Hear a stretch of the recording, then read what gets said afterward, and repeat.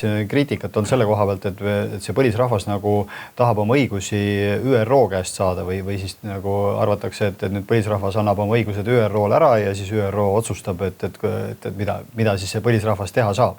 Et kuidas te sellele kriitikale vastaksite? Saarlaste kuningas käis just Toompel ja õiguskomisjonis eeskõne, ütleme just eeskõnele. Ei, meil ei ole kuningaid ja saada. No see oli väike huumor. Ja, aga igaks juhuks muidu kõlama järsku niimoodi. Aga no, kui 4 kuningat oli, kellel pead maha võeti, siis ajalooliselt meil siiski kuningad on olemas olnud. Et see võiks, mina lähtuks nagu selles mõttes traditsioonist, see ei ole kohustuslik ja ei ole võib-olla päris... Küll nad valivad kuninga ka omale saarlased jõuavad. Aga ühesõnaga esinemise poolest kuningas, ütleme niimoodi, käis siis ajamas asju ja mitte ÜRO-ga, vaid ühesõnaga, et ÜRO paberite järgi küll peab see pärismaalaste rahvas siis olema tunnustatud teiste, nagu, mis nad siis iganes on, ütleme, rahvaste.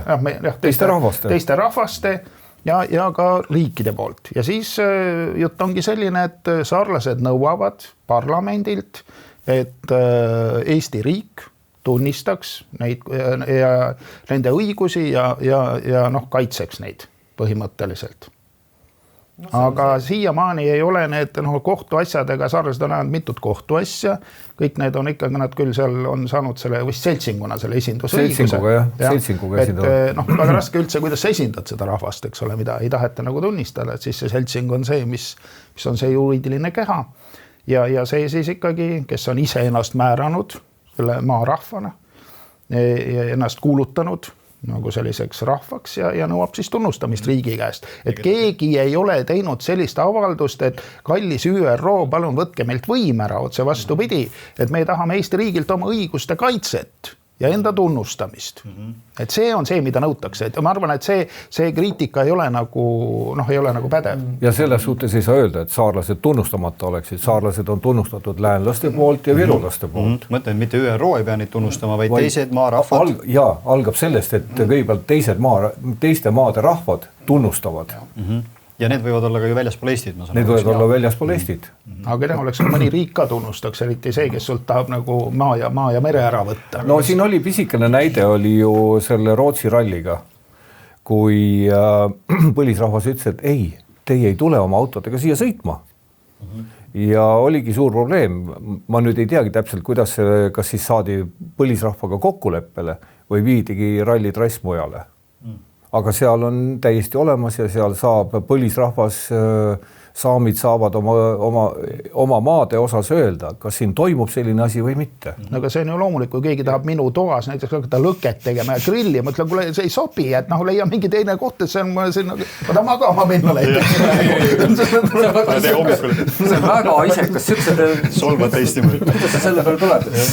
Oota, aga kas Eesti maa põlisrahvast saaks ka tunnustada mõni teine riik? Teiste riikide põlisrahvad saavad tunnustada. Aga ma mõtlen just riigi valitsus.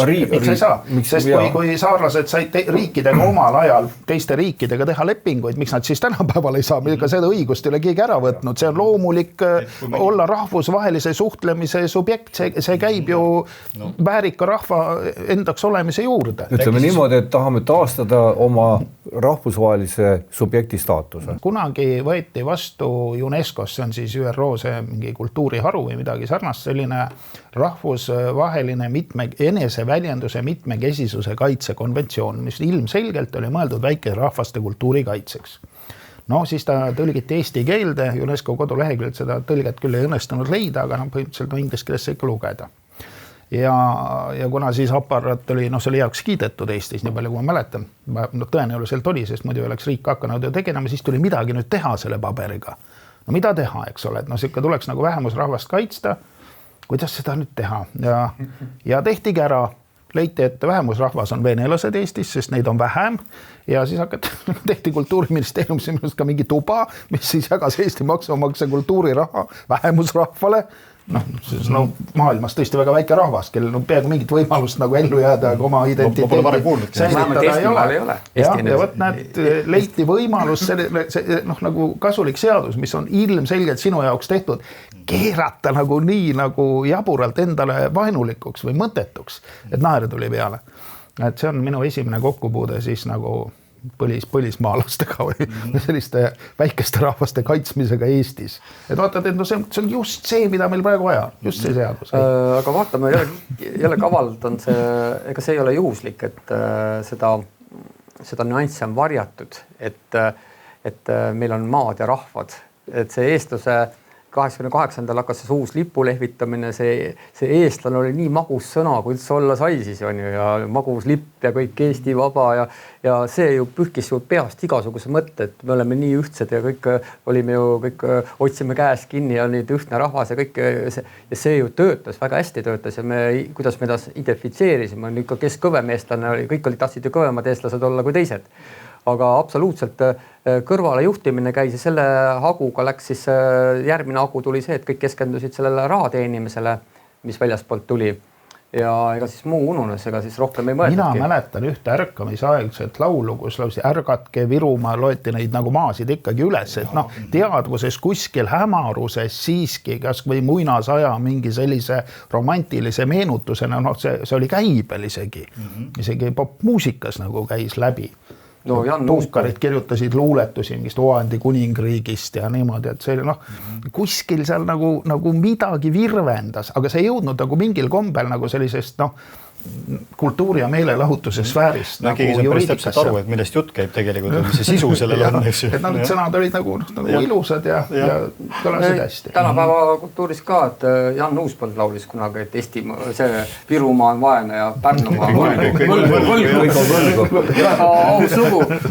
Aga nüüd on need kõik võlgu millega pärast, kus nüüd maad välja tulid? Sellist popkultuuris ei kasutata asju, mis on arusaamatud. Seal kasutatakse seda, mis on kõigile teada, lihtne ja selge.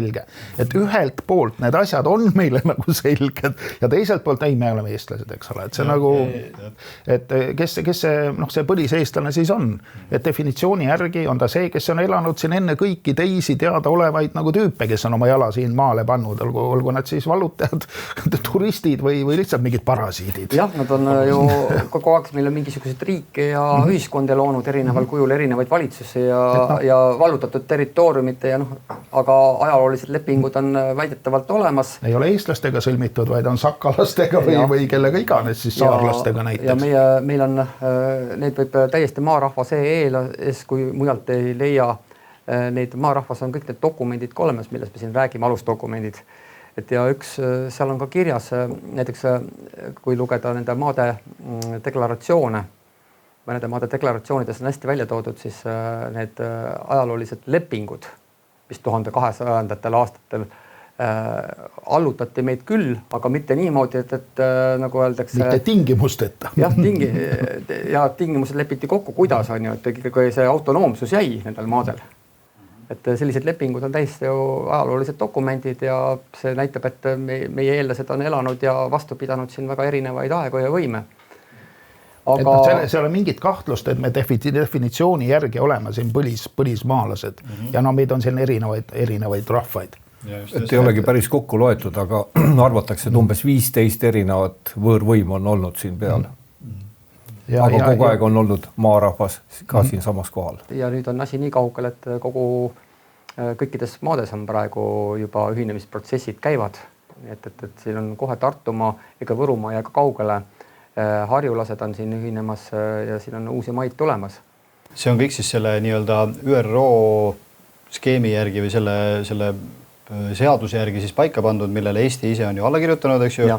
Et seal ei ole mitte midagi sellist, keegi on kuskil midagi välja mõelnud või unes näinud midagi. Ei räägi siin mingid muinas mere ja maa õigustest ja mis siin kõik räägivad siin igasugused, mis tegelikult antud võimuga maailmas üheski riigis ei kehti. See on kaunis uus seadus, see on ju väga kaasaegne seadus, see ei ole mingi aastast 1700 või 1942, et ta on kaunis värske. Ja on ka Euroopa Liidu vastav dokument olemas, millega väljatöötamisega Eesti osales. Tangi, et meie oma riigisad nii-öelda siis... Töötasid selle välja kellegi teise jaoks. Just nagu meil ei oleks seda. Et teised põlisrahvad kasutavad seda ja on üksteist niimoodi tunnustanud ja on ametlikud põlisrahvad ja nüüd siis teevad meie omad samamoodi. Ja järjest kiiremas tempos. Ja meil on siis läinud niimoodi, et saarlasi ei ole tunnustatud ei ükski kohtuaste vist praegu, ma ei tea, kas nad riigikohtusse on jõudnud. on saanud sealt ei, siis nad nüüd ootavad ei Riigikogust ja õiguskomisjonist ja õiguskantslerit, ja kui nad kõik need eid on kätte saanud, et olemasolevad eid on juba inglise keelde tõlgitud, et nad saaksid siis Euroopa Inimõiguste Kohtusse minna, ja mida rohkem neid eisid on, seda raskem on siis nende olukord ja seda rohkem tuleb neid kaitsta. Vaata, siit tuleb nüüd vastus küsimusele, ennem sa rääkisid ÜRO-st, mis seos selle ÜRO-ga on, et räägin sellega natukene veel laiemalt piltlikumast, et eks mul oli endalgi see takistus, miks ma kuulsin sellest maarahva, põlisrahva liikumisest, aga kui ma läksin selle maarahva lehele ja kui ma jõudsin ühele punktine sõna ÜRO, siis mina enam edasi ei lugenud, sest kogu aeg oli meil sisse söödetud ettekujutust, kõik tahavad ÜRO-lt saada tunnustust. Aga minu loogika ütleb, et ÜRO peaks meile tunnustust andma, see on ju ebaloogiline, see ei ole see päris. Ja et tunnustama peaksid ikkagi erinevad maad ise oma vahel ja inimesed ja kodanikuühendused, kes iganes siis ühiskonnad. Ja kui ma sellest aru sain, et seal on hoopis teine mõte selle asjal taga, et lihtsalt kogu see kogukonna liikumine, mis ka nüüd läänlased ja saarlased ja virulased eeskojus teinud on, kõikides deklaratsioonides, manifestides, kõik paberites on kõik kirjas, et me järgime selle ametliku, mida kõik siin praegu teavad, järgime seda ajalugu, mitte siin igasuguseid teisi õigus. Üks on ajalugu ja ka õigusseadus. Me ei lähe praegu ühegi riigi ega Euroopa Liidu ega kolmandate nende institutsioonide, mis ei ole küll meile sõbralikud, aga me ei loo seal oma reeglid ja selles mõttes oma väljamõeldud juriidikat. Et me läheme just põhimõtteliselt kasutame siis ära, et maarahva lehel on väga korralikud pikad dokumendid eesti keeles saadaval igale ühele maarahva.ee, et sealt leiab igaüks ülesannet ja võib süvenenud kas või 5 korda lugeda, kui ma aru ei saa ja soovitan lugeda just kõige rohkem, kõik parem dokument on ikkagi nendest 3 suurest dokumendist, üks on Euroopa Liidu dokument seal, aga põhimine on ikkagi see ÜRO põlisrahvaste deklaratsioon ja seda loodi meie nii-öelda inimesed, kes käisid siin aitamas siis praegu Venemaa territooriumi sees siis väikseid rahvaid päästmas seal Udmurde ja väidetavalt soome-ugri rahvaid, kes küll soome-ugri keelt ei räägi, rohkem räägivad küll india keelt, aga käidi neid rahvaid seal päästmas.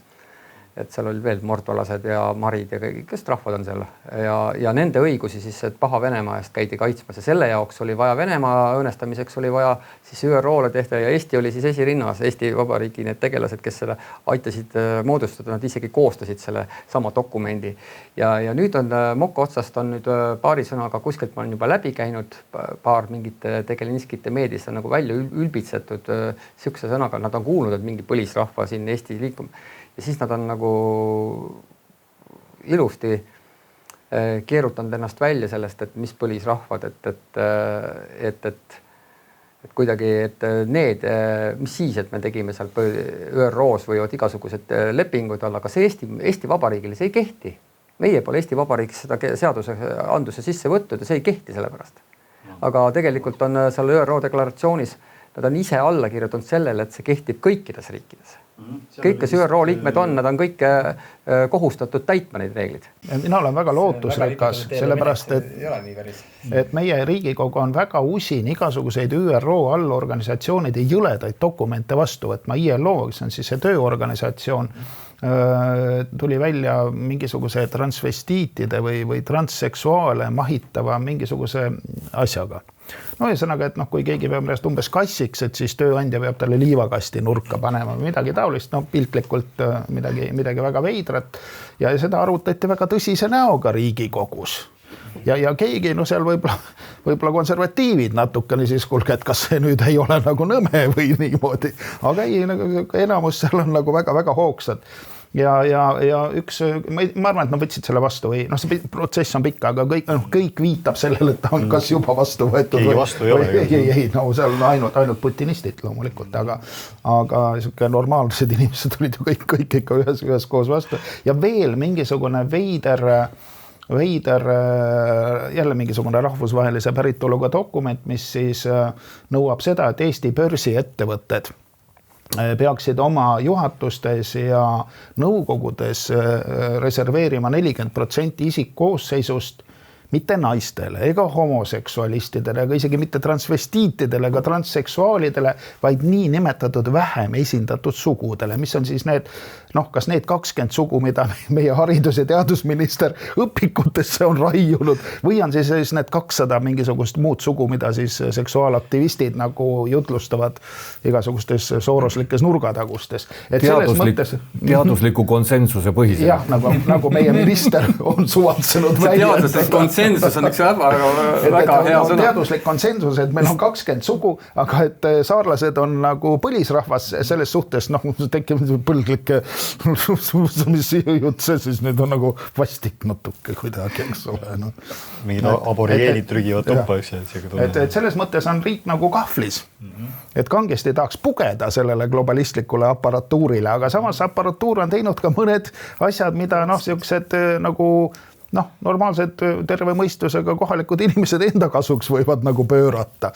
Või siis on nagu paha olla. Et vaatame, kuidas see laheneb. Ilmselt see siin laheneb negatiivselt, nagu ta kohtus on lahenenud ja kindlasti laheneb ka Riigikogus, aga need lahendused pannakse paberile, need eid sõnastatakse ära, sinna pannakse juurde mingisugune dementne põhjendus, milleks meie ametnikud on nagu eriti vaimukad ja osavad.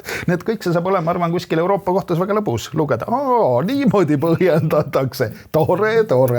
Ja loomulikult see asi läheb Euroopa kohtusse, aga tegelikult ega see ei ole nüüd väga täiesti võimatu, et kõik need asjad ka Eestis laheneksid. Et kõik sõltub ju järgmisest parlamendi valimisest. Kui me loeme põhiseadust, siis see peaks olema ammu lahendatud. Siis see peaks olema ammu lahendatud. Selle riigi esimeste päevadel peaks olema see lahendatud olnud. Et kõik sõltub riigisiseselt soodsast poliitilisest olukorrast. Ja me peame tänama siin tuulemöldreid, kes on palju teinud, et need valimised laheneksid natuke teistmoodi, kui nad siiamaani on lahenenud. Tuulemöldrid ja lisaks kaitsetöösturid. Jah. Rahutööstur. Rahumehed. Poliitilise olukorraga muidugi see, et nii kui meil on see e-hääletus, siis sinna selle peale väga ei maksa loota. Enne ei loodagi, jah. Aga mõte ongi selles, et praegu paljudele arusaamiseks, et kes on põlisrahvastena, siis kuidas me siis mis teed me oleme võtnud või mis kujul oleme võtnud. Me läheme katsume siis, tähendab esimene samm, see on kõige olulisem ja lähme praegu kõikide vahenditega, nende endi seadustega, et ei tekiks nagu sõda. Nii kui sa hakkad teisi reeglid kehtestama, siis tegelikult tähendab seda, et läheb ju revolutsiooniks ja sõjaks. Nagu 1918-20. Kasutame enne kui mingid muid vahendid välja mõtlema hakkame või koos välja mõtlema hakkame, kui muid abirohtusid pole. Mürsud on ju pole kalliks läinud. Kasutame need võimalused ära, mida me kasutanud ei ole. Ja kui keegi ütleb, et niikuinii, nagu orjameelne inimene harjub siin ütlema, et niikuinii ei saa, niikuinii pole võimalik, ega ausalt öelda, ma olen ka skeptik ja eks me siin puha oleme ja saame aru, mis siin kõik toimunud ja mismoodi kõikidest asjadest on üle lastud ja lastakse. Tegelikult on nii, et nii kaua, kui ei saa öelda, et 100% kõikide asjadega on üle lastud, ikkagi on toimunud kogu maailmas, neil ei ole ju õnnestunud, igal pool on vastupanusid ja asjad ei lähe nii kiiresti ja peavad rahva massi jõuga arvestama ja ka siin on seesama teema, et kui me koondume, võtame need väiksed vitsakesed, kes me siin oleme, muidu üksinda nõrgad, aga koos oleme üks suurem ja tugevam vits ja kui me punume need kihelkonna vitsad maavitsteks ja siis maavits omakorda Eesti kogu vitsteks ja siis tuleb rahvusmahelisi siukseid vitsasid juurde, et see ei ole, seda ei saa alahinnata. Aga ikkagi algus mõjub ikkagi see psüühiline, see kokkuhoid ja järjekindel ja siukene sama võimas, siis ütleme nii, et vabatahtlikest küll on ju, nendel suured kontorid töötavad ja kõik töötavad raha eest meie vastu, et meiesugused pead tõsta ei saaks, aga meie elu, pärast jõuame sellele põhjused, miks meil on praegu soodne pinnas, Sven mainis ka juba need tuugenid ja need muud asjad on soodsaks pinnaseks. Et siiski tuleb, kõigil on vähe aega, järjest iga päevaga jääb vähemaks aega, sest raha väärtus kukub, kõik peavad rohkem teenima. Aga kõik need vähesed panevad väiksed kildud kokku. Kui me selle väiksed kildudega kokku hoiame, sealt tekib see jõud ja aeg ja ressurss kokku, millega me suudame nagu sirgeseljaliselt ja sama väärikalt vastu seista sellele, kes meile, et me ei lase endale valetada seal nende poliitikute ja ametnike poolt, et lähme nagu lõpuni, me enam järgi ei anna. Ise nad on meile need privileegid kirja pannud paberi peale, ise töötasid selle välja, nüüd söögu seda suppi. Enne mõtle, kui mingi deklaratsiooni või mingi asja teed või mis iganes ta on. Seod ennast ÜRO-ga, helbi seda suppi. Astud Euroopa Liitu, helbi seda suppi. Välja, kui taha põlismaalasi tunnistada. Mis sa vahid seal ÜRO-s mopp-töllake? Kõige hullem on see, et ega see põlisrahvas ei kao kuskile ju. Sa võid teda ju keelata, ta on ikka siin samas olemas. No süstimine aitab. Süstimine aitaks, aga seal kipub olema niimoodi, et põlisrahva hulgas on vähe neid, kes selle toreda eksperimendiga kaasa läksid. Ja, täpselt jah. Ja nüüd ongi just vastuväiteks nendele, kes ütlevad, et me kihelkondadena veel eestlased oleme, nüüd me killustame veel eestlased ära. Tegelikult on vastupidi, et me oleme nagu tugevam kimp, kui me ikkagi oleme väiksemates üksustes koos tugevad ja oleme seal kimbu kokku teinud, oleme tugevam määratlus kui lihtsalt töötanud sõna eestlane. Me oleme niikuinii eestlased kõik ja Eesti Vabariigis elame, me seda ei eita, me ei ole nii, et me vahetame siin praegu kodakondsust, meil ei toimu praegu riigipööret. Et siin kohe hakkavad inimesed ette kujutama, et hirm hakkab tekkima, mis te nüüd teete, lõhute Eesti Vabariigi ja eestlased ära kõik laiali. Lisaks Eesti kodaniku õigustele valida küla või mis seal me vallavalitsust saame me ka ÜRO õigused oma maa üle, õhu ja vee üle otsustada. Nii et ilma, et meilt küsitakse, ei saa midagi teha, seal ma ei tea, teha sõda või ükskõik mida. Okei, palju me saame selle eest? Ei vähe, ei sõda jääb ära paraku tekke teises kohas. Meil on juba töötatud välja dokumendid ja mida hakkavad järjest need kihelkonna siin moodustavad, ütleme, et üle poole kihelkonnasid on lõpuni moodustamata veel Eestis alles. Aga kihelkonna kogudele on juba valmis töötatud dokumendid, baasdokumendid, igalühel on oma eripärad, aga hakkame esitama siis järjest kõigepealt oma valitsustele, kihelkonnas võib mitu valda olla, vanas kihelkonnas või vastupidi, et võib-olla on vastupidi 2 kihelkonna ühes vallas, aga et anname siis vallale teada, kes me oleme ja kes me siin oma põlismaadel oleme ja meiega peab arvestama. Kõige olulisem sõnum, mida saarlased ka teinud meil peab luba küsima, aga just selle enne tuleb meid informeerida rahvaalgatustes. Mitte kaasata. Rahvaalgatustest ongi põhisõnum olnudki see sama, mida kas Sven nüüd just ütles, et see nagu igalt poolt jookseb läbi, mis meil põhimine lähieesmärk ongi, et me näeme, et just kaitsta enda elukeskkonda ja enda maad, see vesi, maa, õhk, et meie maal keegi ilma meie nõusolekuta ei või ühtegi liigutust teha. Meie käest peab alati luba küsima, kokku rääkima ja kui me näeme, et see on mõistlik, see on meile kõigil kasulik, siis me oleme nõus. Ja isegi kui me kohe nüüd nädalate jooksul ei võida, me anname vaenlasele tööd, me oleme liivmasinavärgis, mida rohkem nad tegelevad, eks ole, ÜRO-ga, seda vähem saavad nad tegeleda laste kohitsemisega. Ja me oleme mitu last juba päästnud selle tööga, mis me praegu oleme teinud, siis me oleme neid ressursi ära võtnud. Täispikka intervjuud Pärnumaa põlisrahvaste esindajatega ning veel teisigi põnevaid vestluseid julgete ja inspireerivate inimestega leiate Vanglaplaneedi vastupanu liikumise lehelt aadressilt vastupanuliikumine.ee. Aga enne kui sinna suundute, jagage seda videot kindlasti ka teistega.